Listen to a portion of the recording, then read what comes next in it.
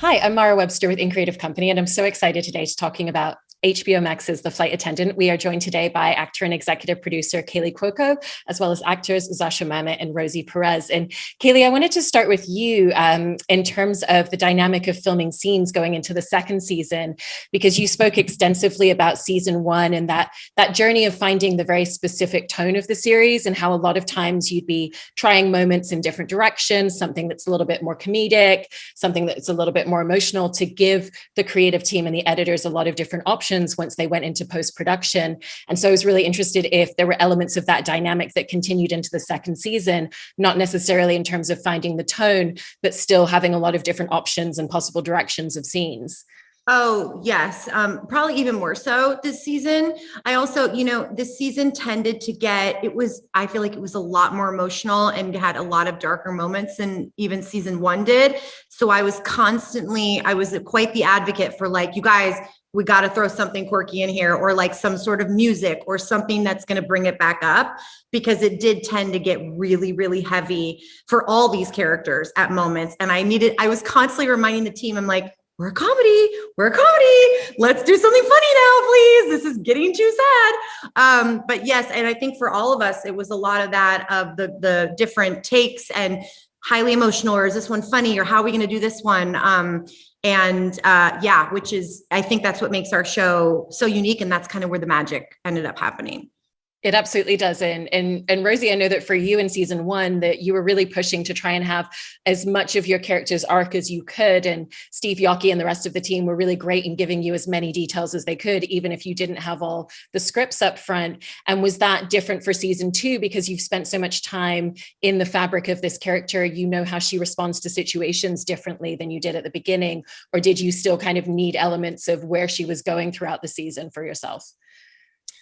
I just like to know everything. I mean, that's my process. I don't like. I'm too. I'm too much of a nervous person not to know.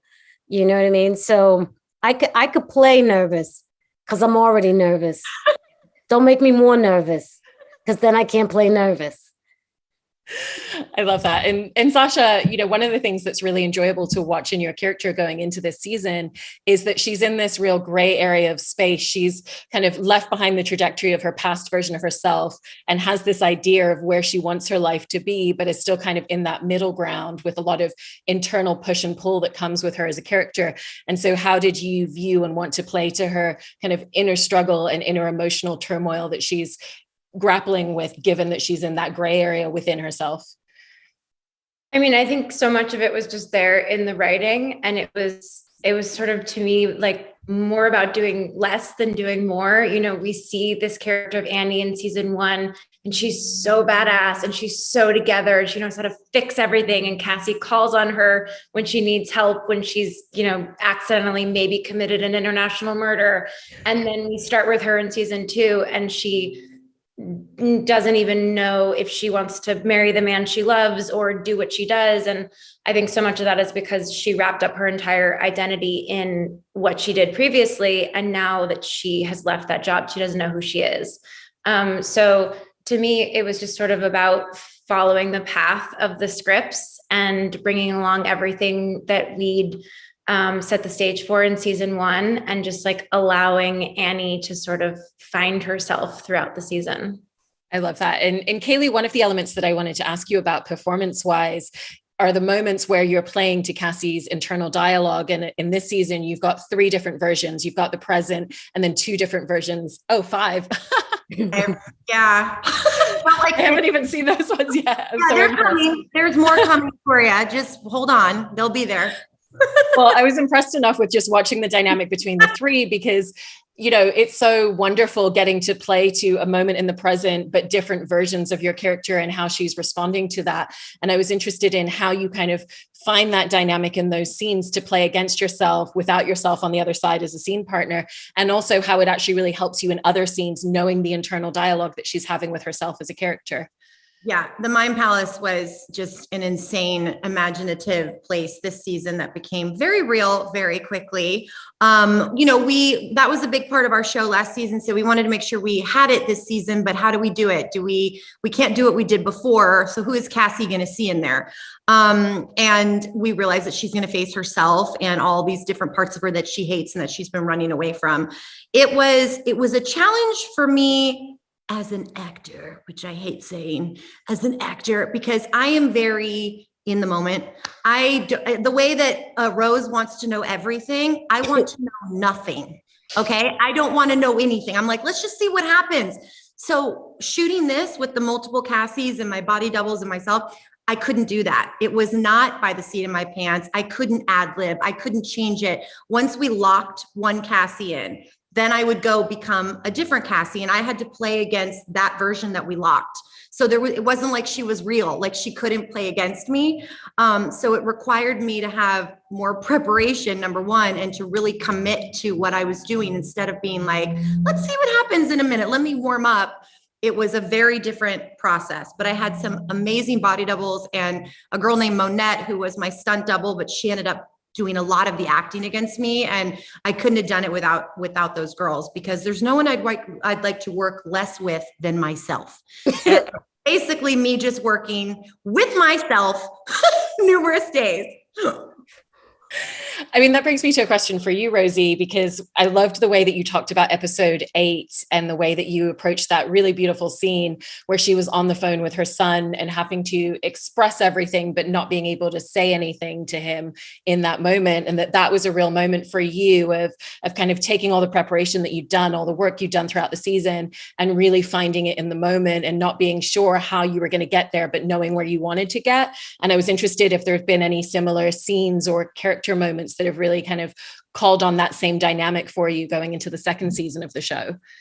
The second season of the show was a little bit different for me in regards to my approach, because I had just finished a different TV show, and that character was really, really dark and mean and heavy, and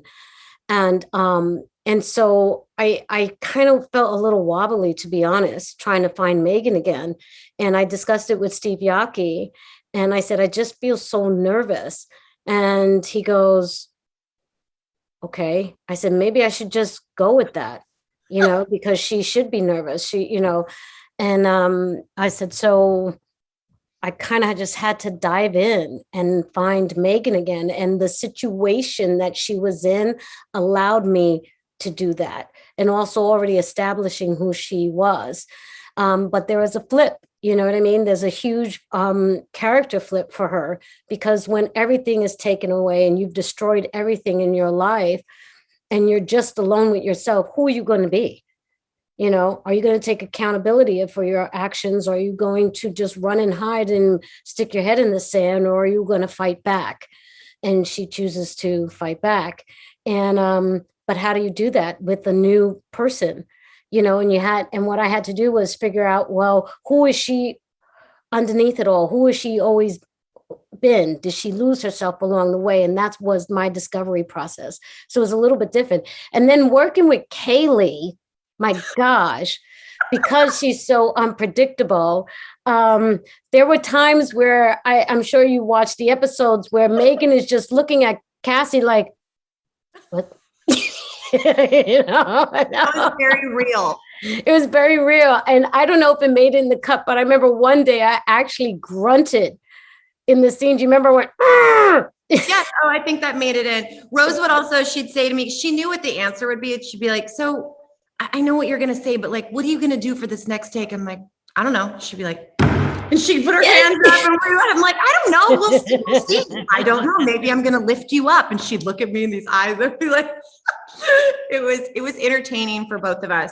There was one day on set in Reykjavik where Kaley goes, oh my God, you're becoming Megan. And I felt like we had become our characters. Yes. And we were in between takes. And of course, as Megan, when she says, oh my God, that's so Megan, I said, it is not. Yeah. Kaley, you have to get serious. So it's a lot of fun. I really love that. And Zosia, I wanted to come back to what you were starting to touch upon earlier with your character and how in the first season, she was very much, A-type, trying to keep everything together and then eventually unravels. And the space that she comes into in the beginning of season 2 is really fascinating to watch because it almost feels like the unravel starts a little bit sooner. She's been on the receiving end of everything that Cassie's going through in a different way before. So she has an idea of the expectation. She also knows kind of, oh, this isn't something to mess around with. This is probably something that's going to completely embroil all of our lives again. And at the same time, she's also got everything in her relationship dynamic where she's engaged, but doesn't want to admit she's engaged and all of that back and forth and all the disarray with her job. So she's coming in at a very different starting point. And so how did you find the emotional space that you wanted her to begin the season with to then have that kind of gradual unravel and look at what those elements were for her? I mean, again, so much of it is laid out in the writing, and we got so incredibly lucky in that we have this exceptional cast where we all genuinely have just beautiful organic chemistry to begin with. So to Kaley and Rosie's point, the way that we all interact with each other often kind of mimics our characters in this weird way. Like the way Dennis and I play off of each other in real life is very similar to how Annie and Max often are with each other. And so I think so much of it was about just giving over to the storyline of the scripts and knowing that we left Annie in this very specific place and she's coming into this in this very specific place. And she's essentially just a lost soul. And then I think something I love so much about our show that I think is part of what makes it so special is it's a very character-driven show couched within exceptionally heightened, entertaining, international espionage, murder-esque circumstances. But at the heart of it, it's so much about relationships and just people. And very much so in this season, it's about each character finding themselves, discovering either who they are or a deeper part of themselves. And so I think it was very much a matter of just sort of allowing it to organically unfold. And also at the same time, to me, what seemed like the most human thing to play is when you have problems that you don't want to deal with, it is so much easier to delve into someone else's stuff. And so Cassie is yet again embroiled in her Cassie insanity. And I think as opposed to season 1, where Annie's sort of trepidatious about jumping into it. And what have you gotten into? And do I want to be a part of this? In season 2, she's sort of what are we doing? Let's go. You got a problem? I'm going to fix it, because that's so much easier than dealing with her own feelings of fear of not knowing who she is or what she wants to do with her life, or the fact that she's terrified to commit to the man she loves, but also doesn't want to lose him. And so I think that's sort of part of why the unraveling, as you say, starts earlier, because she's more down to jump into the fray, because it keeps her from having to look inward and deal with the stuff that she actually really does need to deal with in her own life. And lastly, for you, Kaley, we come into the beginning of the season with Cassie, entering her first year of sobriety. Dynamics in her life have shifted and changed a lot since the first season. And in some ways they also haven't. And we still kind of see that drive towards drama, being explicitly told, don't leave the hotel, don't follow the mark. And that being where a lot of elements stem from her. But because of her life being in a different place, and going through sobriety, did you view the genesis and the need to be embroiled in that type of drama as coming from a different place than where it came from in season 1? Yeah, I think this time around, we've taken the alcohol away, or so we think for a while. Her high is this new side job. She's trying to find anything that she can kind of get off on in some sort of mental way. And, all that other stuff is gone. And she's putting on this this face of this new turned over leaf. I'm living this new sober life in California. I've done all these good things and I've got this CIA life is so important to her, even though she is very low on the CIA totem pole and has to be completely reminded of that. This is not an agent. She does not carry a weapon. Like, she is none of those things, but she's holding on to it with all that she has because she feels it's the only exciting thing in her life, because she truly has not faced any of her issues. And we find out very quickly how little she has faced, which is why we're going to face multiple problems in that wine palace. And, it's always going to come back to haunt you. Well, the second season is so fantastic and absolutely lives up to the first, and very excited to see the rest of the episodes and the 5 versions of Cassie still to come. Thank you so much to all 3 of you. Thank you. You asked great questions. I super appreciate that. That was awesome.